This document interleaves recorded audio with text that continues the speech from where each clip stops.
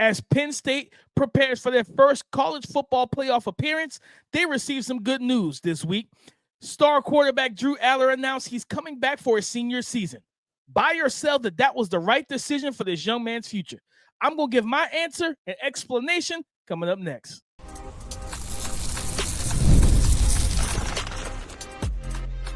You are Locked On NFL Draft, your daily podcast covering the NFL Draft. Part of the Locked On Podcast Network, your team every day. What's up, Locked On family? Welcome back to the Locked On NFL Draft Podcast, your daily podcast covering your favorite draft prospects, part of the Locked On Podcast Network, your team every day. I'm your boy, Damian Parson. You can find and follow me on X at DP_NFL. I'm a senior draft analyst, and thank you for making Locked On NFL Draft your first listen today and every day. Shout out for being our everydayers. Guys, listen, we have a fun show. Buy or sell. We have some declarations and some returns. Drew Allar, quarterback for Penn State, getting ready for the college football playoffs. He said, I'm returning to college football for my senior season. Buy or sell, that was the right decision. DJ Uiagalelei for Florida State declares for the 2025 NFL Draft. And is that the right decision? And Mykel Williams, is he a top 10 prospect? Buy or sell? Guys, we got a lot to talk about. But before we can get into all and any of that, today's episode is brought to you by Gametime. Download the Gametime app, create an account, and use the code LOCKEDONNFL for $20 off your first purchase. Drew Allar, guys, yesterday's episode, I said he was my QB3 coming into the 2025 NFL Draft. I'm sorry. Coming into the 2025 NFL Draft, he was my QB3. Going into the college football playoffs, he was my QB1. I felt like he was the best quarterback he's not the most experienced, but he was the best guy as from a prospect standpoint out of all these other quarterbacks. Well, he announced, I am going back to school. Buy or sell? Does DP buy or sell that was the right decision? I'm selling that. I'm selling that it was the right decision. I know some people said, man, he needs an extra, he needs some more time. Give him that, let him be a 3-year starter. We see, don't get me wrong, I understand the argument for it, right? Bo Nix, Brock Purdy, Jaden Daniels, like the list goes on of like those seasoned quarterbacks that has played multiple years and everything. I understand the concept. Here's my problem, though. My issue is simple. Guys, Penn State, they're about to potentially lose Tyler Warren, who some people have as their tight end 1 for the NFL Draft. He's my tight end 2/2A, 2B with Harold Fanning. I still have Colston Loveland as tight end 1. So you're probably losing Tyler Warren. Nicholas Singleton, the star running back, right? They got 2. They have Nicholas Singleton and Katron Allen. Nicholas Singleton is like David Johnson to me. I put that in my scouting report over at Bleacher Report. Go check that out, bleacherreport.com. Go look that up. Nicholas Singleton, 6 foot 226, can catch the ball in the backfield, run routes. He's explosive, dynamic, all of those things. He reminds me a lot of David Johnson, who played for the Arizona Cardinals. He's probably entering the 2025 NFL Draft, guys. I'm being honest with you. He's probably going to the league. So you lose your top 2 playmakers. Penn State does not do a good job of recruiting, but because they've recruited on their own young wide receivers, but I don't think, unless you're getting the freshmen like Ryan Williams or Jeremiah Smith, I think it's like Cam Coleman or something like that, the young man at Auburn, the freshman, unless you get one of these type of guys, I'm not trying to put it all on the freshmen to help lead us back to the CFP in 2025 for the 2026 college football playoffs. Like, I just don't, and for him going back to a situation where the difference for me is that I appreciate his skill set and his game so much more, knowing I'm watching him with poor talent. I'm watching him with lackluster talent. So I can imagine to myself, I can picture him in the offense, right? Like the Giants, if he was to declare for the draft, and him going to the Giants and throwing to Malik Neighbors and Wan'Dale Robinson, uncorking deep passes and long passes to Jalen Hyatt, getting Theo Johnson, his former tight end, involved. I would have loved that. So no, I'm selling this. I need, like, for right now, I am selling this. I understand, because for me it's simple. You don't have to start him right away. You don't. You don't need to start him right away. And I know somebody said on my YouTube channel over at the Scouting Room, I broke down this tape, the first half against Wisconsin about a month or so ago. Somebody commented on that. I think it was today, and said, good for he. So it looks like he's going back to school. Good for him, because of the fact that the NFL is not developing these young quarterbacks. So I get that. I get that thought process. My thing is this.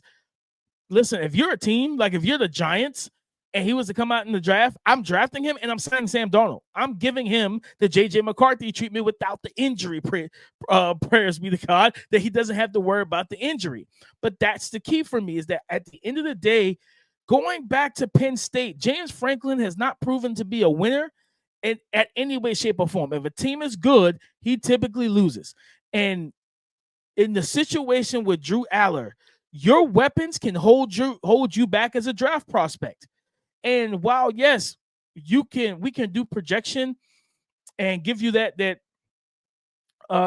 you grace in a sense, I don't want to have to do that 2 years in a row, right? Like, because if you're not playing as highly as you potentially could be, because your receivers aren't getting open, they're dropping passes, things of that nature, which, guess what? All of that's happened this year. I'm just saying, I don't know, guys. I don't know. I don't know how to feel about it. I'm selling it right now.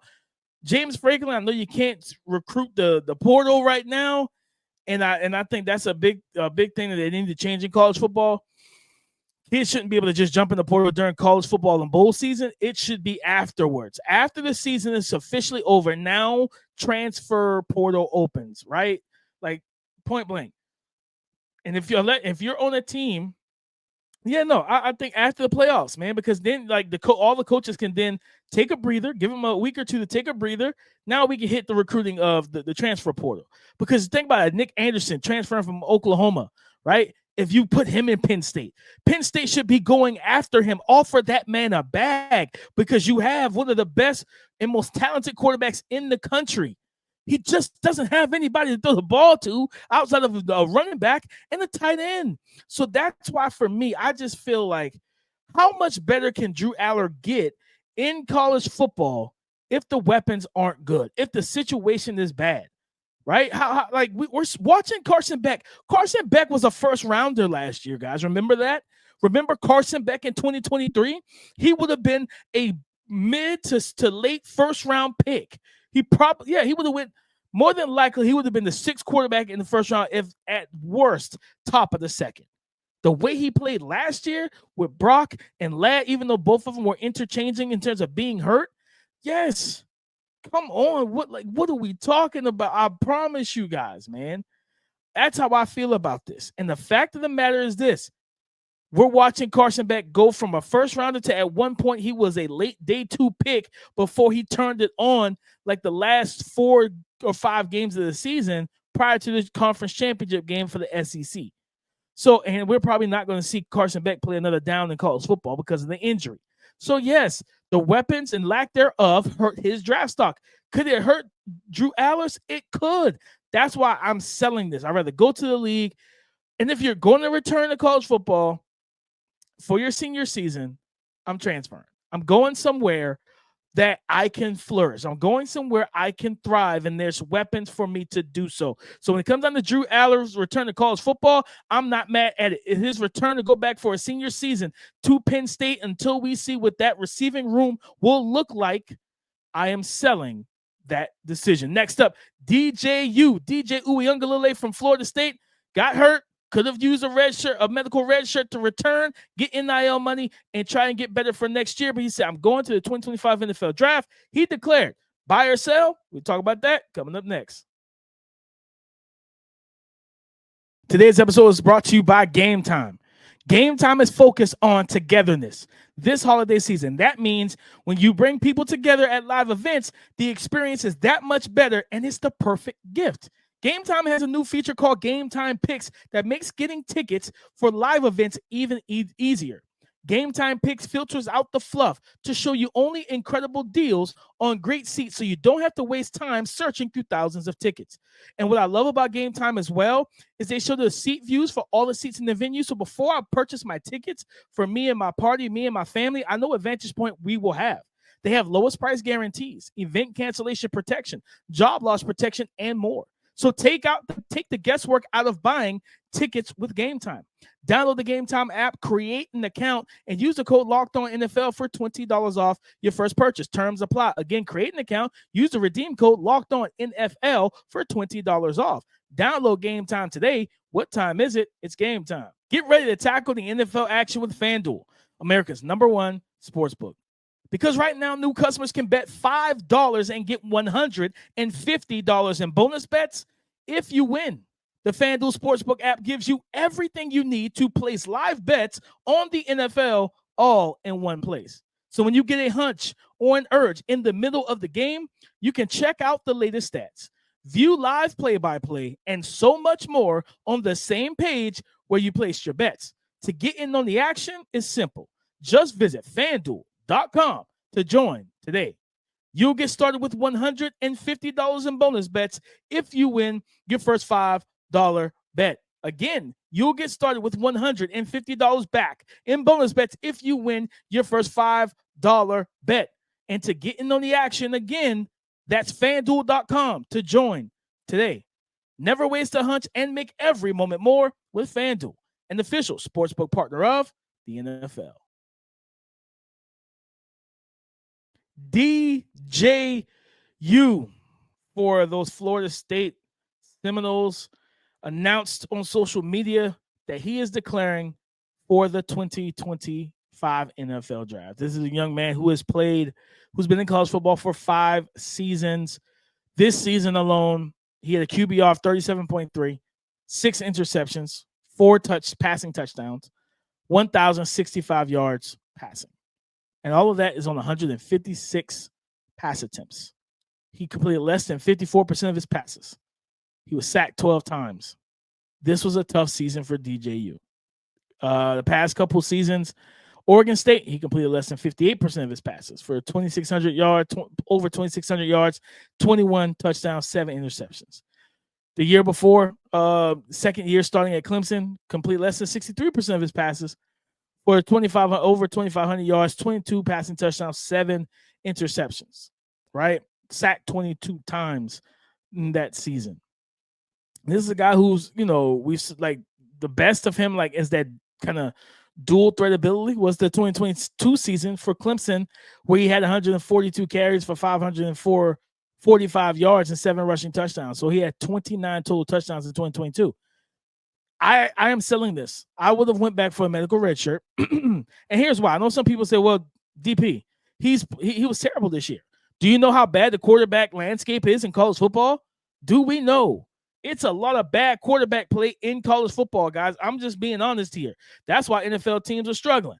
They don't know how to handle this situation, like who to draft, who to value, different things of that nature, because you got some guys who put up numbers in janky, just very QB-friendly remedial offenses that don't force them to think. It's a lot of east and west passing, so forth and so on. Then they get to the league because you want to scout the stats and the numbers, and they look and they're not NFL ready.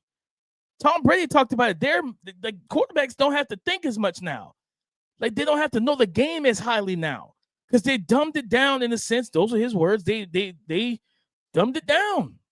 And you want to pick it back up so the intellect and IQ of these quarterbacks improves. So if I'm DJU or I'm in this corner, I probably would have used the medical red shirt. And I would have went somewhere else. Just being honest. We watched Jackson Dart, who's a talented quarterback. I have a late day 2 grade, on him. I think he's probably somewhere between that 3rd round, top of the 3rd, potentially could slip to the 4th. He has good numbers. Matt Corral had great numbers, had good numbers in Lane Kiffin's offense. I would have absolutely, because I think Walker Howard, not Will Howard, Walker Howard, who transferred from maybe Kansas State. I can't remember where he transferred from in the Big 12. And he transferred in after, while Jackson Dart was there. I think he entered the portal. Jackson Dart's going to the league. He's a senior. So if Lane Kiffin needs a quarterback, I would have went there if I was DJ Uiagalelei, knowing that offense is going to give easy answers. I'm going to put up numbers, and a lot of times you clearly can tell that's all people care about. It's not actually, hey, what are you doing to improve the team, or what are you doing to help the team? Are you a beneficiary, right? Are you a beneficiary of the offense, or is the offense a beneficiary of you? And that's a lot of times. So I think with his arm talent, his ability to run, like, yeah, this offense would have been good for him. It would have opened things up for him, give him a lot of easy reads, easy answers, things of that nature. And I truly believe, I just look at it and say, man, watching his tape over the years, even while at Clemson, when I did the Locked On Clemson pod, I did an episode of whose fault was it? Was it Clemson's? Was it DJU's? I assessed the situation. I assigned the blame. And I said it was like 50-50. It wasn't all one side. Clemson offense was terrible. Clemson's O-line wasn't great. Their receivers were struggling. It was bad all around. DJU was making poor decisions with the football. He was doing things that hurt himself. But all I look at it is simply this. Going to a situation and looking at, assessing that everything that went on, I think Oregon State might have been the best situation for him with Damian Martinez, run game, things like that. DJU didn't. I never watched him like, man, this is easy for him. Like they're making it easy for him. We can say that about a lot of quarterbacks, guys. Like Quinn Ewers has a late day 2 grade for me, early day 3, because no matter how good you might be talent-wise and the flashes of brilliance I've seen on tape, there's still so much inconsistency, so many things that bother me and concern me from a prospect standpoint.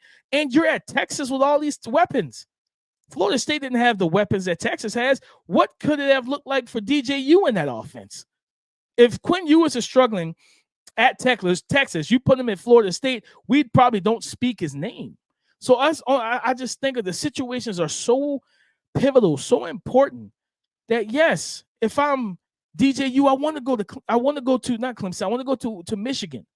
And I know they got Bryce, I think it's Bryce Underwood, the freshman, like 5-star. I think they might be getting Billy Edwards Jr., quarterback from Maryland, and stuff like. There's opportunities all across the land, all across the landscape of college football. I would have loved to seen him just go to a situation and have success. Because I still think that there's talent there that an NFL team could absolutely pull out of him. But the problem is this. It's been rough. So, like going into the season, going into the NFL draft, after the season DJ Uiagalelei had this year, I think that is a catastrophic mistake. Not saying he's going undrafted. That's the trolls online. Do I let them have that? I don't think he goes undrafted. I think he goes late day 3, though. Like, I think he's probably going 6th, 7th round.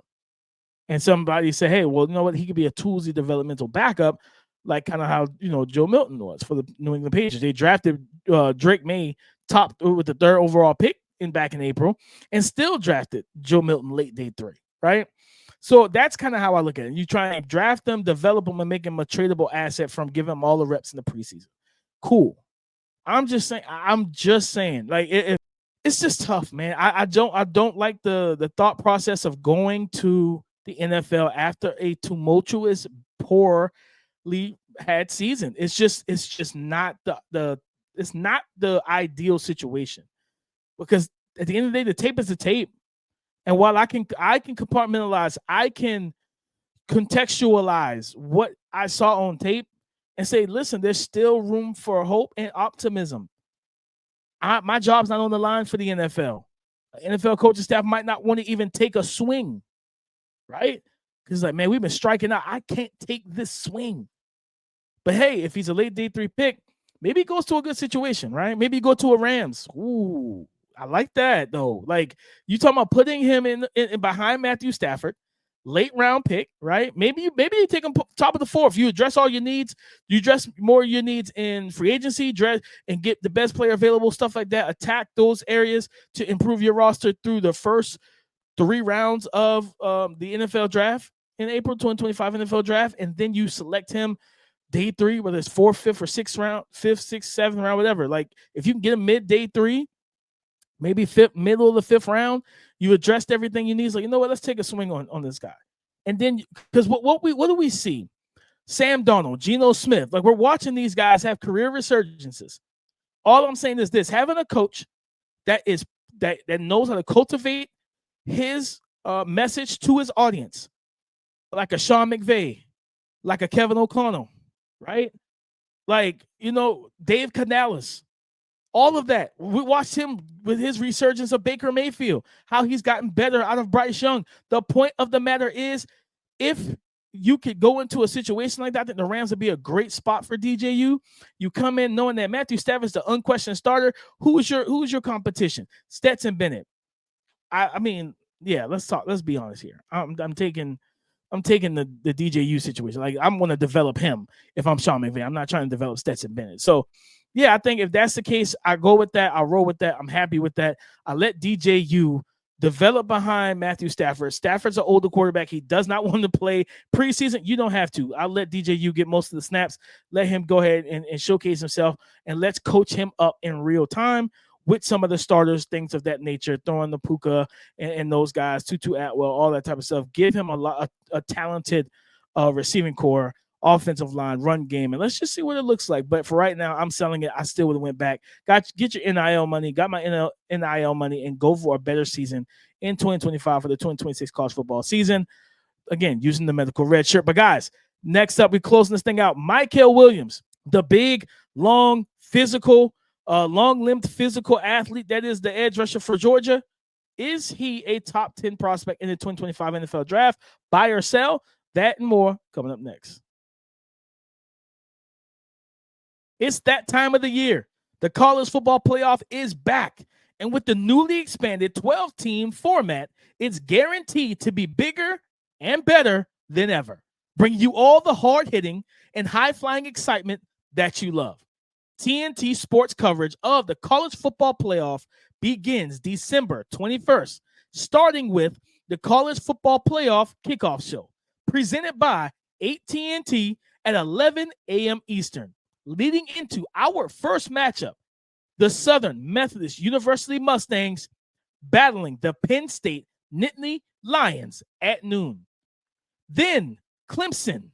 The Clemson Tigers look to upset the Texas Longhorns in a showdown at 4 p.m. Eastern.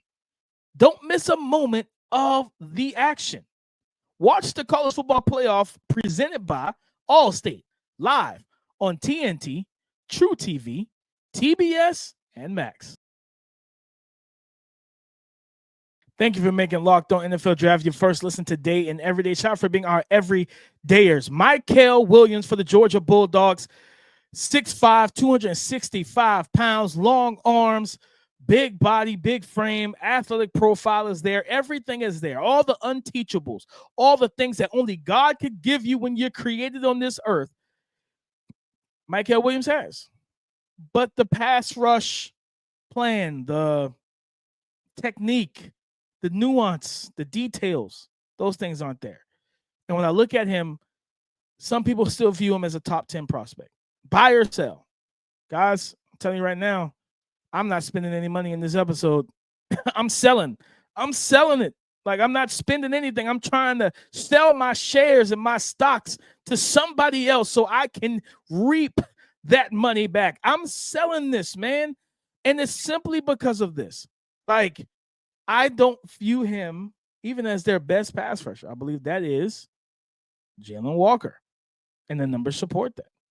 Jalen Walker has 17 hurries, 5 QB hits, 7 sacks on the season, a pass rush win rate of 16.3. On true dropback sets is where he's made his money. 4 of his 7 sacks, 2 of his 3 QB hits. 2 of his 5 QB hits and 9 of his 17 hurries came on true dropback sets, and he has a 16.7 pass rush win rate. You look at Mykel Williams. He has 5 sacks total this season, 5 QB hits, 14 total pressures. Yes, he's missed a couple games, but here's where it gets really tricky for me, because on true dropback sets where you got to pin your ears back, which all pass rushers love, and you got to go get the quarterback. Statistically, overall, his pass rush win rate is 11.2%. On true drop back sets, it drops, not elevates. It declines to a 10.3. He has 7 hurries, 2 QB hits, and 0 sacks on true drop back sets. Just watching him, this is not Trayvon Walker. That's what the hope was, is that for him, he would get what Trayvon didn't get. And that was the reps rushing the passer as a true edge rusher, standing up as a true edge rusher with a hand in the dirt as a true edge rusher. You were hoping for that. Well, Trayvon was a much more dominant player just throughout as a college prospect.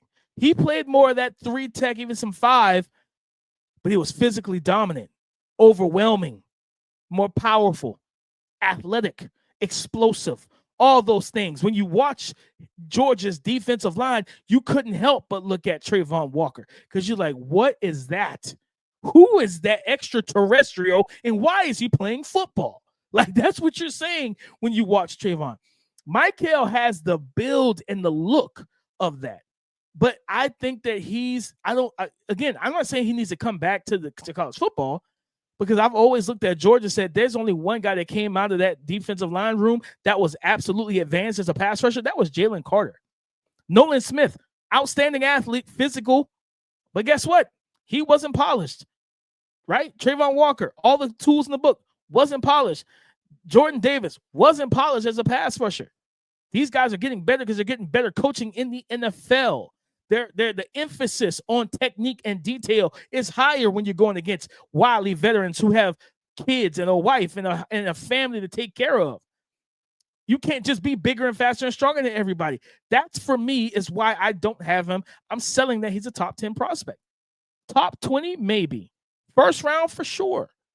I think this is a situation where, and we have to start doing this in scouting. We have to start figuring out, and not just figuring out, but understand, like, hey, if you're doing, and I'm not saying like mock draft, if you're doing mock draft for fun, whatever, but even I got to be first partaker of the fruit on this. Start looking at the defensive line coach.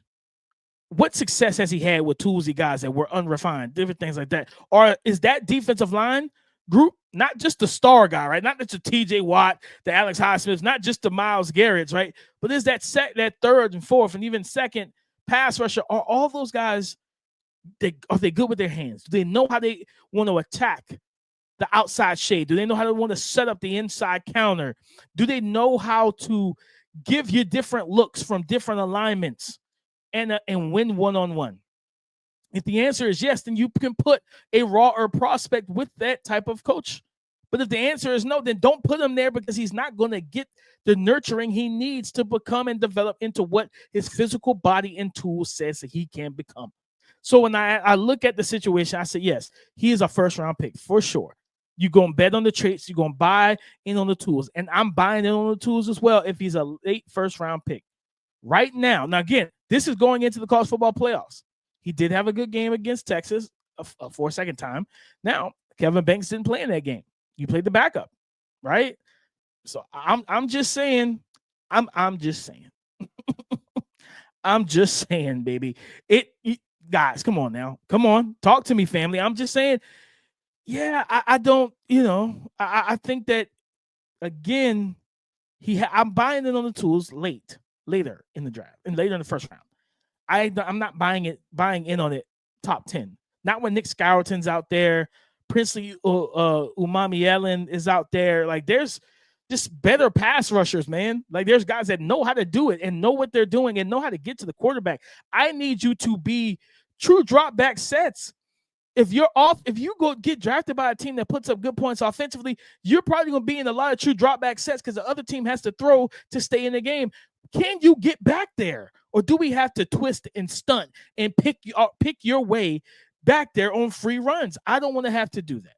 Not for a top 10 pick. So, again, that's how I look at it, man. I'm selling Michael Williams. First round pick for sure.